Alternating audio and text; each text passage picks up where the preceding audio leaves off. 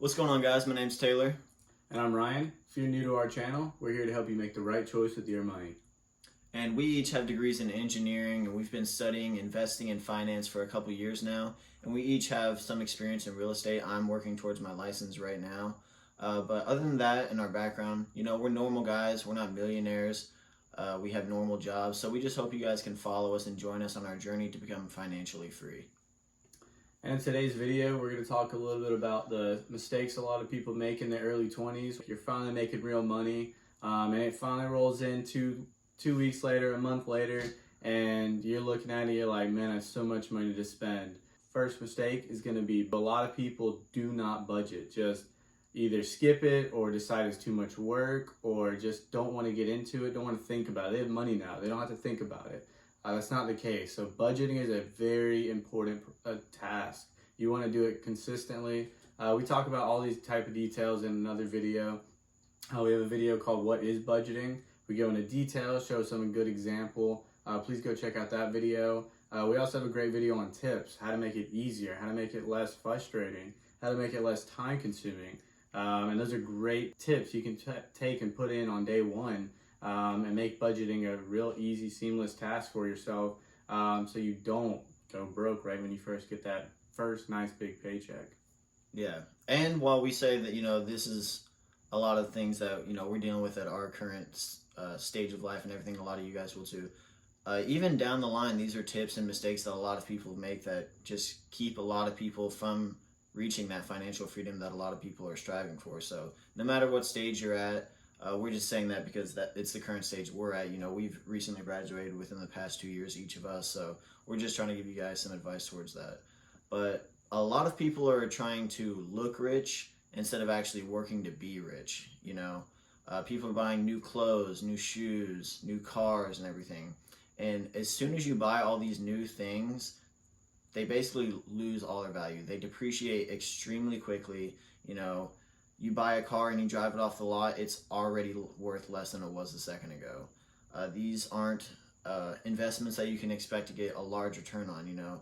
Right now, the used car market is kind of insane, but that will all correct soon and everything. But, let's say the new pair of Jordans drop and everything, and you are so psyched and you go out and buy these new shoes. You're spending a couple $100s on a pair of shoes that you might eventually grow out of or wear out, and there's always going to be a new pair of shoes. And this goes along with our previous tip of just budgeting is, having the control to save your money and work to be rich and not just put on this facade for people. That's exactly right. And go straight into the next tip. You spending more money than you actually make. So you're excited, you're hyped up, you're getting real money now, you're an adult. You can go buy this expensive apartment because look, I can just throw that money at it. No, you don't want to spend that much on it. You don't want to spend 75% of your income on a house. Yes, sure, you can afford it, theoretically, but why would you want to spend everything you own on one item? Then you got to keep up the house, and then you have no more money. So spending more money than you actually have is a big, big problem, which again falls into that budgeting, falls into that overspending on clothes and cars. Just because you got a bigger paycheck doesn't mean you have to get a nicer car. Just because you got a bigger paycheck doesn't mean you have to get a big house. You always want to live below your means. Yeah, you don't want to go paycheck to paycheck. You want to be comfortable and not have to deal with all this stress that you're going to bring on. Exactly. And the more you get in over your head where you're spending more money, the further you're getting from financial freedom, and the more people you're going to owe. You're going to have to start opening more credit cards. You're going to have to start reaching out to more people, getting bigger loans, just so you can afford it instead of saving up, instead of putting aside money, instead of budgeting. So that's another big problem a lot of people run into. Yeah, and all that can get really messy, so you want to try and avoid that if possible. But also a bigger thing that we've kind of touched on already is don't overspend on your first home or apartment or anything like that. And typically don't try and build your first home. Some people come out, they get this big paycheck and everything, they want to build their own custom home. Most people don't end up in their first home. The vast majority, I'd say, don't stay in their first home their entire life. So don't put everything you make towards it because, you're not going to be there for that long in reality. Different jobs will come up, different life situations you might have to change. You might, family commitments, all these different things, marital things can make you move, obviously. So there's just a lot of things that play into that. But don't overspend on your first home and apartment and think, now that I'm out of college, I gotta have everything together, gotta have the biggest, nicest home. And in college, it's the idea, the concept to just you live on ramen. That's the common thing to say. You live for cheap.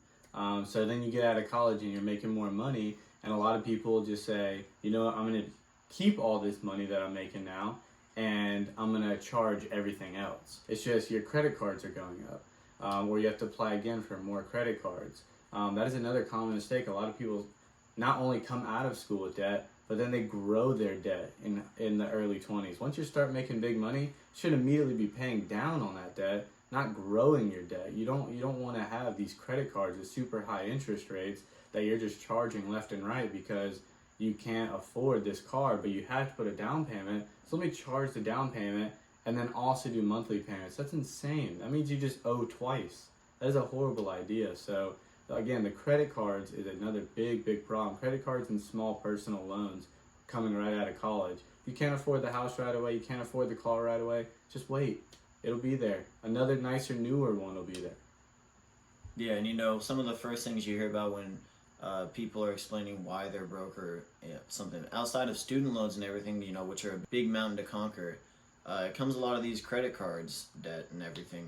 People kind of get lost and just keep spending because some people don't understand how credit cards really work and everything, and you messing up your credit card score, that's a hard hole to dig yourself out of, because that's setting up all sorts of things down the line, buying cars, houses, all these things you'll eventually want to do. Messing up your credit score can affect all of that. But another thing that a lot of people like to do, in college and right out of college, being young and everything, or, no matter what age you are, some people just like to travel and go out, but going out too much, that's something you really want to watch. It's good to have fun here and there, but make sure you're just budgeting. A lot of this simply goes back to budgeting. We've talked about it in previous videos, mentioned it again in this one. Going out, every weekend, like Friday, Saturday, going out to all these bars and everything, it's just not sustainable for a long time if you want to reach financial freedom, at least quicker, So that's just something you really have to keep an eye out on. And another quick note on that is don't financially lie to yourself. Just because you're going out or eating food or eating dinner doesn't mean you're not having fun. So it'd probably still fall in that fun category. So you can't say I'm spending 25% of my income on fun, which is way too high, and then say, oh, but I also spend 10% on going out and getting food. That's still going to be kind of in that category of fun or very close, very similar. And you're spending too much on that fun or going out, and you're gonna eventually have to charge. You're gonna have to start charging that credit card, which is not ideal. Yeah.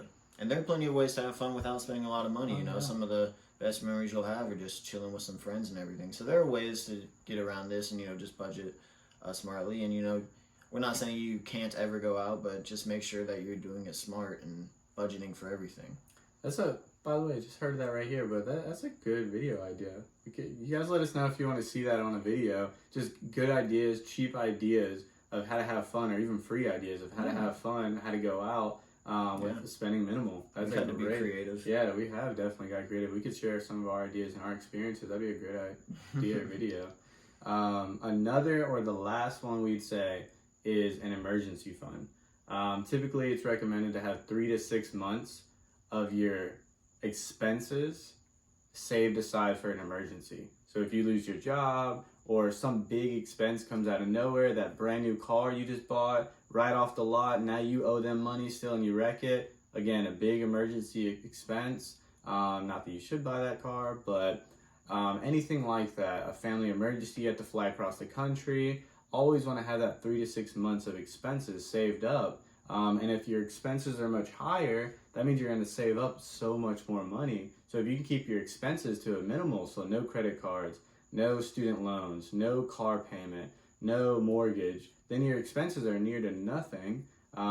Then your emergency fund is very small. You can save that in a month or two.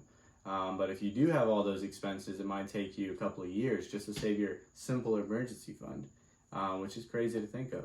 Yeah, and having an emergency fund does allow you to take certain risks. You know, let's say you're planning on starting your own business or anything, or plan on, you know, taking some time off work to follow a passion of yours, or just simply travel. Being able to already have some funds set aside. Now, if you're planning to do this, we recommend saving even more money, but you know, if it's planned and everything, you need to go ahead and have some of these funds set aside. It opens you up to have more freedom to do what you truly are passionate about or want to do down the line. Yeah, and these are just a few mistakes. There's obviously many more out there.